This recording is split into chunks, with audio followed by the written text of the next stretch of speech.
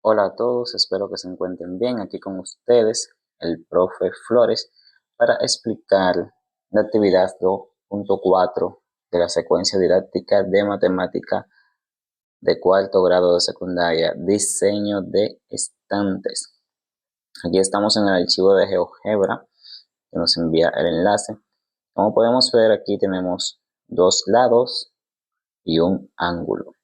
Entonces nos pide construya un triángulo que tenga lados iguales a los dibujados. O sea, vamos a copiar los segmentos que tengan la misma distancia que lo que están ahí, el segmento AB y el segmento CD, y que tenga el vértice en el punto E, como vemos ahí el punto E que está en color verde. De modo que el ángulo dibujado mida lo mismo que el ángulo entre las maderas, o sea, entre los segmentos que yo voy a copiar, ese ángulo tiene que medir lo mismo que el ángulo FGH o HFG que está ahí. Entonces se escriban los pasos que hacen y las herramientas que usan. También tenemos que ir registrando en nuestros cuadernos, ¿verdad? Cada uno de los pasos que damos y cuáles herramientas de GeoGebra estamos utilizando. Bien, entonces, tenemos que conocer, como hemos dicho en videos anteriores, tenemos que conocer cuál es la distancia de esos segmentos para yo poder hacer un segmento de la misma longitud. También tenemos que conocer la medida de ese ángulo para yo poder hacer un ángulo con esa amplitud. Entonces, ¿qué vamos a hacer? Vamos aquí a la herramienta ángulos. Utilizamos la herramienta distancia o longitud para saber cuánto miden los segmentos. Bien, ahí sabemos ya cuánto mide cada uno de esos segmentos.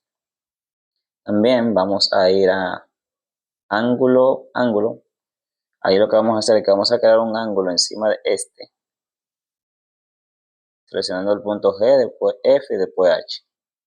Y me va a dar la amplitud de ese ángulo, que son 47.44 grados. Entonces ya yo sé cuánto miden cada uno de los elementos que tengo ahí. Ahora procedo a construir esos elementos aquí con el vértice en el punto E. Cuando dice vértice en el punto E es que tiene que tener una intersección ahí entre los dos segmentos en ese punto E. Entonces voy aquí a segmentos de longitud dada. Recuerden que ustedes deben de ir registrando en su cuaderno cada uno de estos pasos. Utilicé tal herramienta para saber cuánto mide los segmentos, utilicé esta herramienta para saber cuánto medía el ángulo y así sucesivamente van poniendo cada uno de los pasos que dan. Entonces vamos al punto E, le topamos, ¿verdad? Y hacemos nuestro primer segmento. Vamos a hacer el segmento 3.44, que es el segmento CD, para que se quede mismo ahí debajo. Luego vamos a utilizar la misma herramienta, el segmento de longitud dada. Le topo al punto E y construyo el segmento AB, que mide 3.93. Ven. Entonces, voy a mover ese segmento AB para acá. Voy a tratar de disponerlo del tamaño del ángulo que tengo aquí arriba, FGH o HFG. Voy a tratar de ponerlo de ese tamaño. Entonces, básicamente, este punto aquí del segmento CD coincide con FG. O sea que este punto aquí sería D y sería F también. Eso para cuestiones de cuando vayamos a mover los puntos. Sería D y G, D y G. Ese es D y G. Y ese sería BH. Pues se supone que aquí en el vértice yo tengo AA y tengo AC, aquí en el vértice E. Entonces eso es para cuestiones de la parte B donde me pida que muevan los puntos. Los puntos que yo voy a mover son este y este. Porque dice, ese sería el B, que es este, y el H a la vez, porque están, básicamente lo tengo unido. Y este G y este D sería este que está aquí, ¿verdad? Bien, eso es cuestiones técnicas solamente. Ahora tengo que construir un triángulo, ¿verdad? Con esos dos segmentos, pero que tenga la amplitud de este ángulo que tenemos aquí, que ya sabemos cuál es la amplitud, porque la tomamos. Entonces, yo voy a utilizar esta herramienta que está aquí en ángulo, que dice ángulo dada su amplitud. Entonces le topo primero a este punto de aquí, de la derecha, luego le topo el punto del centro y me va a dar la opción de poner la amplitud que yo quiero, que es la misma de este 47.44. Vamos a ver, no se copió bien, vamos a darle de nuevo. Topo aquí, luego aquí, 47.44. Ahí está, sentido antihorario. Y ahí tenemos el ángulo hecho. Entonces yo lo que voy a hacer es que voy a alinear ese segmento con ese punto del ángulo para que me quede con la misma amplitud que el ángulo. Entonces, ya teniendo esto listo, le agrego un segmento, ¿verdad? Que va a ir de B a D o de H a G.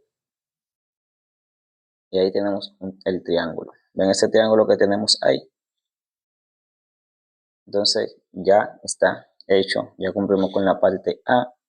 Simplemente tenemos que registrar cada uno de los pasos en el cuaderno como nos los pide la asignación. Ahora vamos a verificar lo que nos dice la parte B. Dice muevan los puntos BD y GH. O sea, BD sería este, ¿verdad? Bueno, este sería GH y este sería B. GD, BH. GD y BH son esos dos puntos que yo voy a mover. Entonces lo que voy yo a verificar acá de que se cumpla con las propiedades que me pidan. Vamos a ver. Vamos aquí a mueve. Si yo muevo este punto,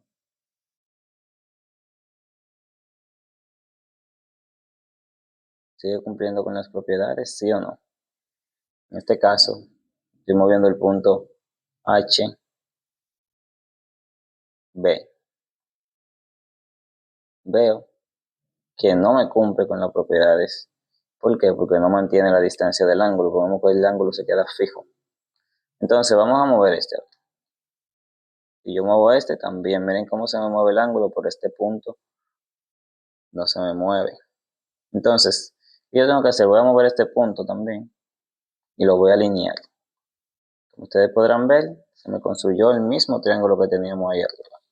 Si lo sigo moviendo, tengo que mover este, pero también tengo que mover este, que se me alinee con este. Y podemos ver que sigue siendo el mismo triángulo, lo único que está en posiciones diferentes. Entonces, de ahí podemos concluir lo siguiente,